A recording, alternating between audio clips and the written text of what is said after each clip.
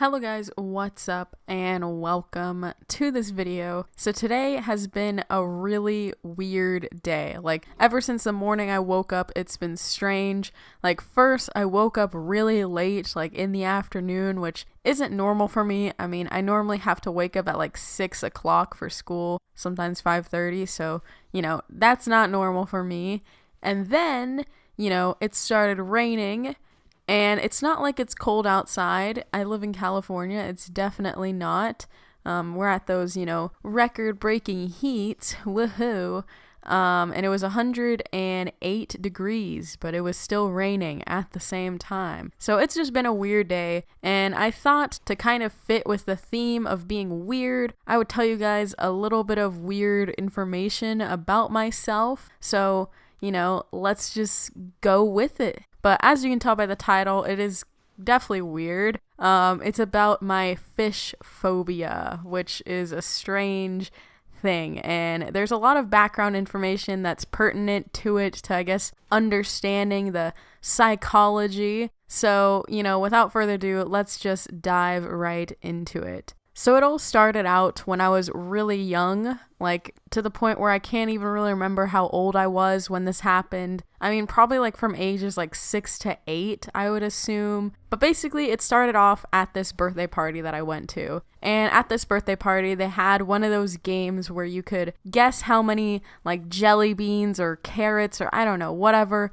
small object is in a jar. And, your girl just happened to be a mathematician and I was counting those girlies. Actually, I didn't count. I just took a good guess and I won the competition. And as a reward, I got a fish. And the fish that I got was a betta fish. And if you don't know anything about betta fish, basically, you can't put them in a tank with other fish because if you do, those girlies are going to end up dead. And I don't mean the betta fish is going to end up dead. I mean the other fish that you put in the tank because the betta fish is going to attack them, probably eat them.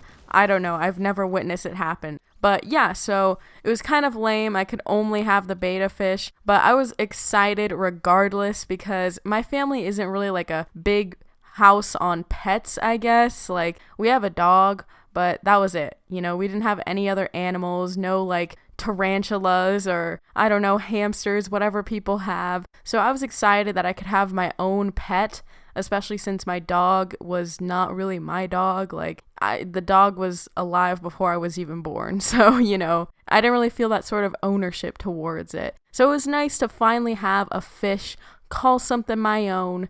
And I tried to treat that girl the best I could, but, inevitably, Mother Nature took over and the betta fish died within like 3 weeks or so. So I was obviously upset, like anyone would be when their fish dies. And I guess to appease me, like my parents or maybe my grandmother, I can't really remember, bought me another fish. I think it might have been more than one. And then we started our own tank because we didn't have no pesky betta fish to worry about killing all the other fish. So I ended up, accumulating like probably like 5 fish or so in one tank. And it was nice. And it was like that for, I don't know, it could have been a year, could have been just a few months. I don't know. It was a good amount of time. But, flash forward a few months, I guess. And all of a sudden, there's this fish in the tank that, is looking a little thicker than usual, like a lot thicker. And I didn't know anything about how fish reproduce. I still don't really know, to be quite honest with you. So I don't know. She was thick. And then like a few days later, all of a sudden there were like 20 baby fish just swimming around in the tank. I don't know. It was really just random out of nowhere.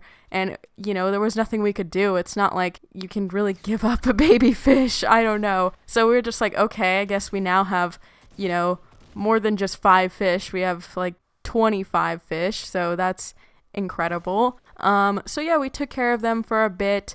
But after a short while, they all of a sudden just started dying. Like nuts. Like they were dropping like flies, basically. It was probably within less than a month that my whole tank died. And that's not just the baby fish. Like, the fish that were there before as well died. I don't know. It might have been maximum capacity. I don't know what it was, or the plague came through. But basically, all my fish just keeled over simultaneously in the span of like 2 weeks. So it was pretty tragic on me. I can't say that I wasn't upset seeing all those little fish getting flushed down the drain one by one. Oh my god. But yeah, such is life, I guess. It wasn't too heartbreaking, I don't think. Like, I wasn't like crying or anything crazy over it. Like, I was upset, but there was nothing I could do. It was the circle of life, and I learned that shit early, I guess. I don't know. But then one night, I guess I had a nightmare, and this is probably one of my most like vivid nightmares that I've ever had in my entire life, I guess. In the top like 10, I would say. Like, there's a few other dreams I remember from my childhood that were nightmares that just, were weird.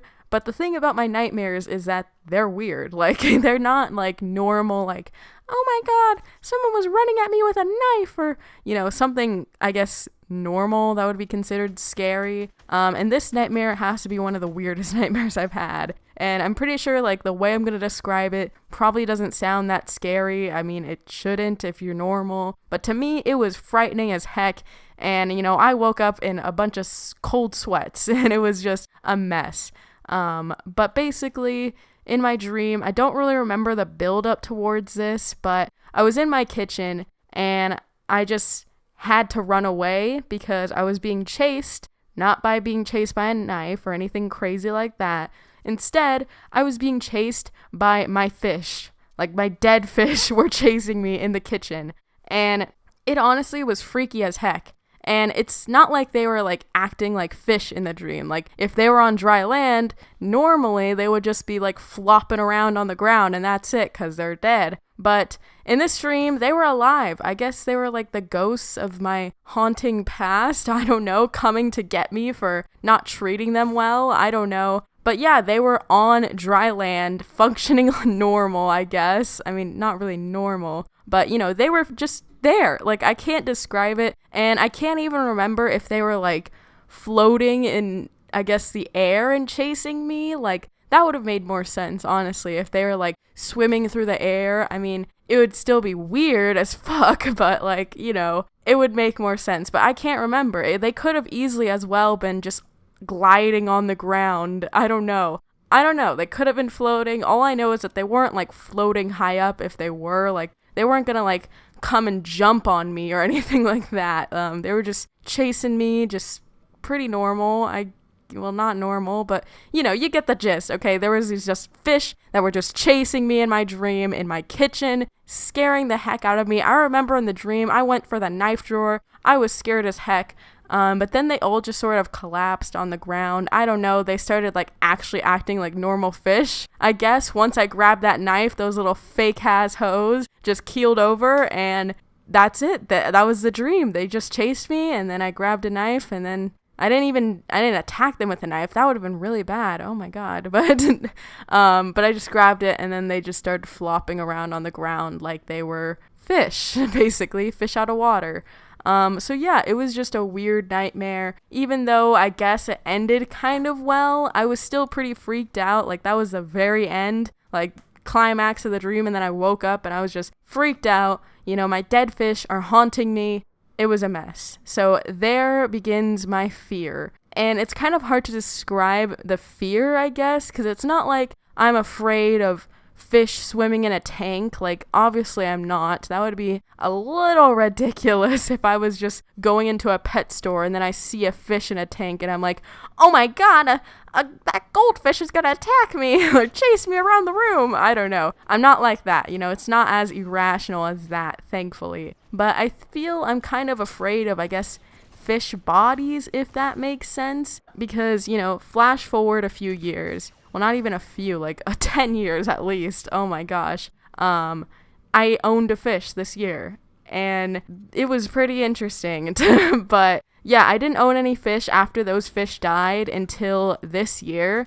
And, you know, I guess through that time between, my fear was really just when I would see dead fish, I thought it was really gross, like more than other people think it's gross. Like, I don't just think it's gross. I'm also like, ugh, like I don't want to be near that shit, I guess. So yeah, I guess my fear is of dead fish. But anyways, flash forward to present day, I guess. And, you know, I got a fish in October. And there's a reason I got a fish. I didn't like buy it just randomly for myself. That would be kind of weird. The reason why I got a fish was because in biology class, we had these eco columns that we had to work on. And if you don't know what an eco column is, basically it's just an excuse to torture animals. It's horrible. To break it down, basically you take these 2-liter cups, at least this is what we did. We took these 2-liter bottles and we cut them up in like half, I guess. It's kind of weird to describe. So there was 4 different like layers or like openings for the way we stacked them up. I'll probably like find a picture, I don't know. But at the bottom was like the aquatic layer, which had a betta fish and then 2 snails. And then the top layers had like other stuff, like there was one layer with crickets and then one layer with like some sort of plants. I don't know. The other layers don't matter. The bottom layer is the layer that we're talking about here. And at the aquatic layer, you know, there was the fish. And basically the project was that our like biome, because we had different biomes, like I said, the aquatic layer and then the other ones. And the whole point is so that it'll be self-sufficient, basically. Like, everything will just work out, and it definitely doesn't, because an animal should probably not be, like, trapped within, like, a liter bottle, like a soda bottle. Imagine that as a fish tank. And not even, like, the full thing filled up. Like, I'm talking, like, half of that is just a fish tank. So this poor fish